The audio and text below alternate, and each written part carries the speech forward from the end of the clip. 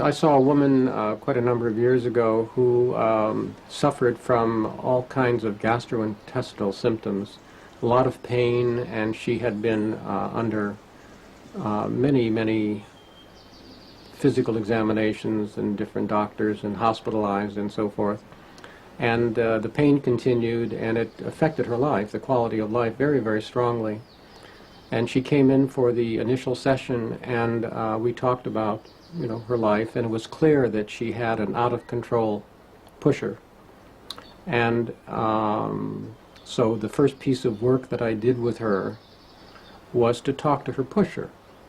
This is the method of voice dialogue, in which we literally have the person move over and we carry on a conversation with these different selves that we've been talking about. So she moved over to the pusher, and the pusher was very similar to the woman who first sat down there. She was very busy, and she was always moving, and her agenda book was filled up full time, and she was a driven woman.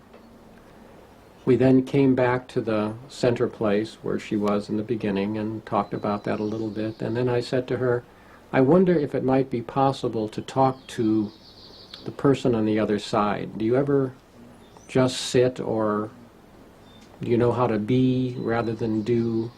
Because the idea of being would be different than the idea of doing. Well, she didn't know much about being, but she got the idea, and we moved over to the other side. And I started talking, but with being there's not much talking because she just is. And her pain that she had had, for 3 years plus was gone. Absolutely gone.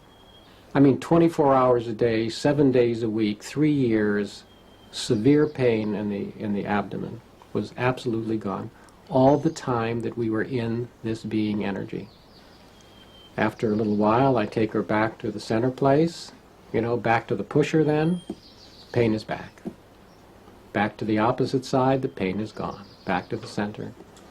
Now that was a revelation for her, to realize that she had been married to this way of being in the world, literally married to this way of being in the world. And it had a consequence, and the symptoms essentially cleared up out of that ability to be quiet like a hummingbird, which had never ever been made available to her before. We have seen many examples where in one subpersonality there's an entirely different psychophysiological makeup than another. So that you find that somebody who comes in and stutters, another self will speak and it won't stutter.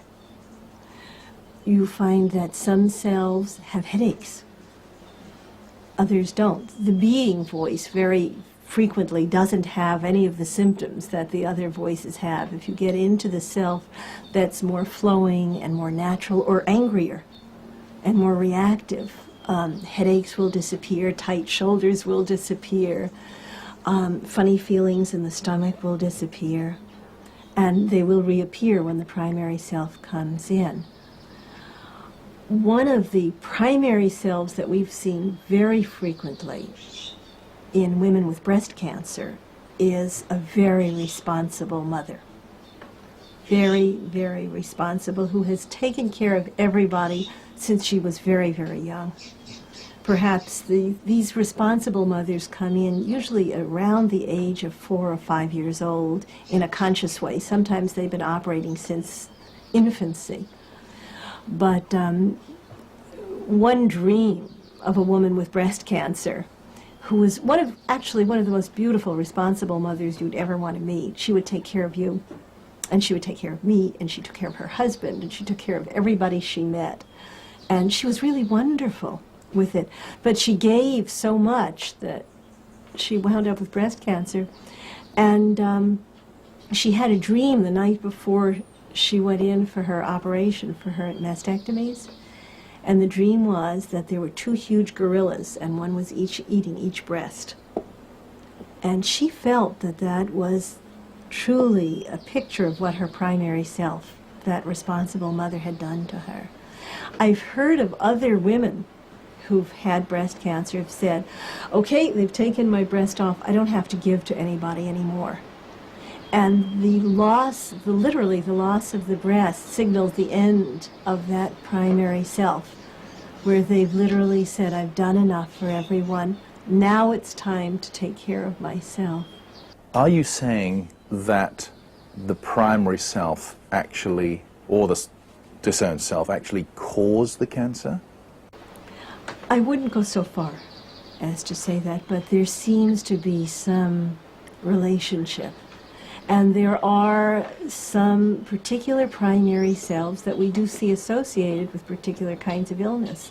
An out-of-control pusher is not infrequently related to some kind of problem with the heart or with migraines. A perfectionist will very frequently have migraines because of the effort. And then you switch out of the perfectionist and suddenly the migraine clears up and the eyes clear. Has there been any cures of diseases through the application of your techniques?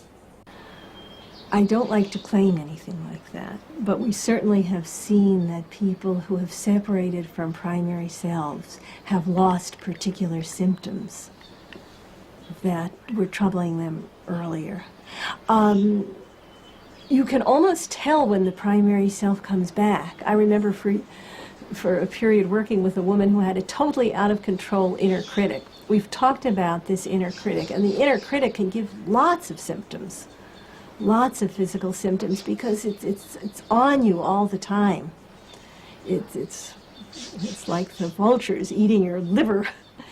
And this woman, whenever her critic got out of control, would develop intractable headaches, absolutely intractable headaches. And when we would work with her critic and separate her from the critic, the headaches go away.